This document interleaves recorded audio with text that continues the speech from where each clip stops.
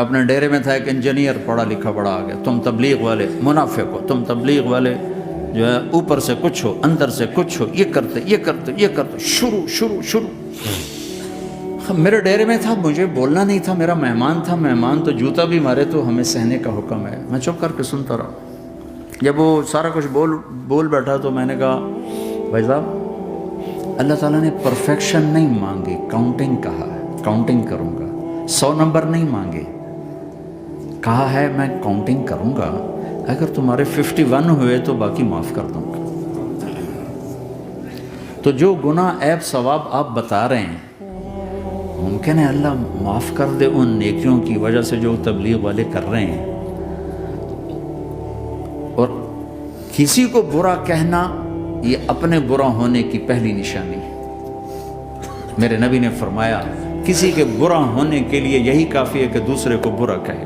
یہ میں اسے نہیں کہا، یہ ویسے آپ کو بتا رہا ہوں، اس کو یہ میں نے نہیں کہا، آپ سے عرض کر رہا ہوں۔ میرے نبی نے فرمایا کہ کسی کے برا ہونے کے لیے اتنا ہی کافی ہے کہ دوسروں کو برا سمجھو۔ میں نے کہا اللہ نے کاؤنٹنگ رکھی ہے، کاؤنٹنگ، اور میں نے کہا یہ جو حکومت پاکستان ہے یہ کوئی اتنی اچھی حکومت نہیں ہے، لیکن یہ بھی اپنے رعایا کے لیے اتنی رحم دل ہے کہ جو لڑکا 33 نمبر لے اس کو پاس کر دیتے ہیں، 67 نمبر نہیں لیے کوئی بھی نہیں کہتا کہ تو فیل ہے، سب کہتے تو پاس ہے، تو پاس ہے، تو پاس ہے۔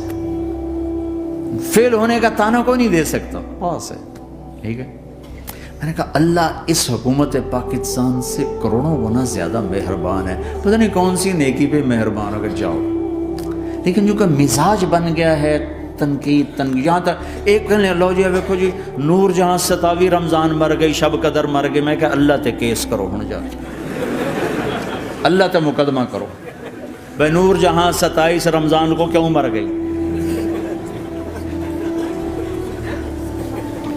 27 رمضان کو کوئی آدمی اپنی مرضی سے مر سکتا؟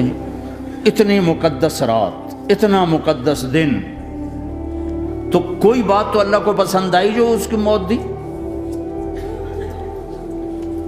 لیکن ہماری عادت بن گئی ہے کمیاں پکڑنا، ٹانٹنگ کرنا، چھلنی کر دینا سینہ، اپنے اب دھنی اپنی دھن، تجھے کیوں فکر ہے اے گل دلے صد چاک بلبل کی، تو اپنے پیرہن کے چاک تو پہلے رفو کر لے۔